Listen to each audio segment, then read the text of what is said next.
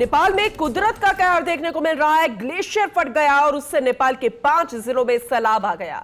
सैलाब में 1000 से ज्यादा लोगों की बहने की सूचना मिल रही है। कुदरत के कहर पर नेपाल पीएम बालेन्द्र शाह ने आपात बैठक बुलाई है, क्योंकि जो तस्वीरें भी सामने आई है ये वाकई में डरा देने वाला मंजर है। जरा देखिए, 1000 से ज्यादा लोगों के बह जाने की जानकारी है। ग्लेशियर फटा, 5 जिलों में अचानक सैलाब और डरा देने वाली तस्वीरें सामने आई। नेपाल के 5 जिले इससे प्रभावित हुए हैं।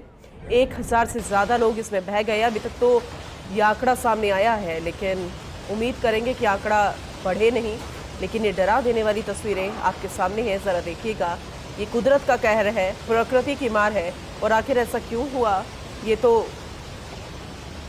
भविष्य के जद में, लेकिन ये तस्वीरें डरा देने वाली, मंजर जो है वो डरा देने वाला है।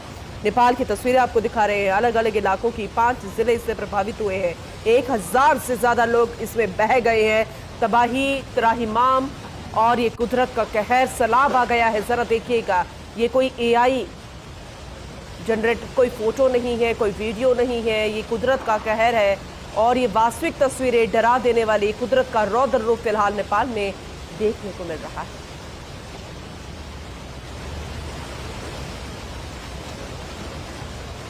देखिए, धार्मिक दृष्टि से भी देखा जाए तो नेपाल अपने आप में बेहद समृद्ध है, खासी संख्या में भारतीय, और ऐसे में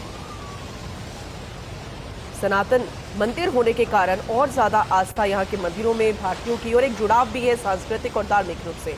तो ऐसे में जब नेपाल में इस तरह से कुदरत का कहर है, तो जाहिर सी बात है भारत देश की तरफ से भी मदद की पूरी कोशिश यहाँ पर रहेगी। वही नेपाल पीएम बालेन्द्र शाह ने भी आपात बैठक बुलाई है।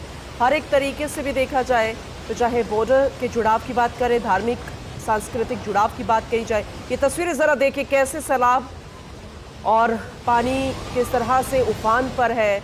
जल भराव ज़रा देखिएगा, 5 जिले से प्रभावित हो गए हैं नेपाल के, और अपने आप में ये रौद्र रूप कुदरत का। लेकिन इसके पीछे के कारण ज़रूर अगर तलाशे जाए तो हो सकता है कि मानवीय लापरवाही सामने आई, क्योंकि जिस तरह से कटान किया जा रहा है, लगातार खोदे जा रहे हैं पहाड़। और ऐसे में कहते हैं कि जब आप प्रकृति के साथ खिलवाड़ करते हो तो फिर प्रकृति अपना रौद्र रूप दिखाती भी है। महादेव से जुड़ाव नेपाल का, लेकिन सांस्कृतिक और धार्मिक जुड़ाव भारत का। और ऐसे में जब इस तरह की तस्वीरें सामने आ रही है तो ये डरा देने वाला मंजर है। हम उम्मीद करेंगे कि किसी के जनहानि से जुड़ी हुई जानकारी ना मिले, लेकिन ये ज़रूर अपडेट है कि 1000 से ज़्यादा इसमें लोग बह गए हैं। सभी को सुरक्षित रेस्क्यू कर निकाला जाए और ये आंकड़ा फिलहाल ना बढ़े, इसकी उम्मीद हम करते हैं।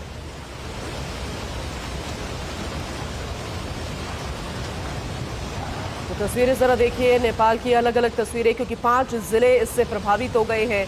और जिस तरह से जल भराव और ये अलग अलग तस्वीरें, कैंप 1 की तस्वीरें ज़रा देखिए, कैंप 2 और फिर कैंप 3। कैंप 1 में प्रकृति का रौद्र रूप देखने को मिला, और उसके बाद की जो तस्वीरें सामने आई है डरा देने वाली। ग्लेशियर फटा है।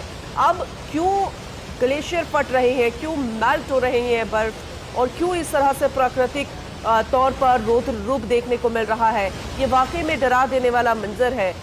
एक तरफ बादल फटना, बारिश होना, दूसरी तरफ ग्लेशियर का पिघलना, एक ग्लेशियर का टूटना, और फिर इस तरीके की जो डरा देने वाली प्राकृतिक तौर पर तस्वीरें नजर आ रही हैं, रौद्र रूप कुदरत का।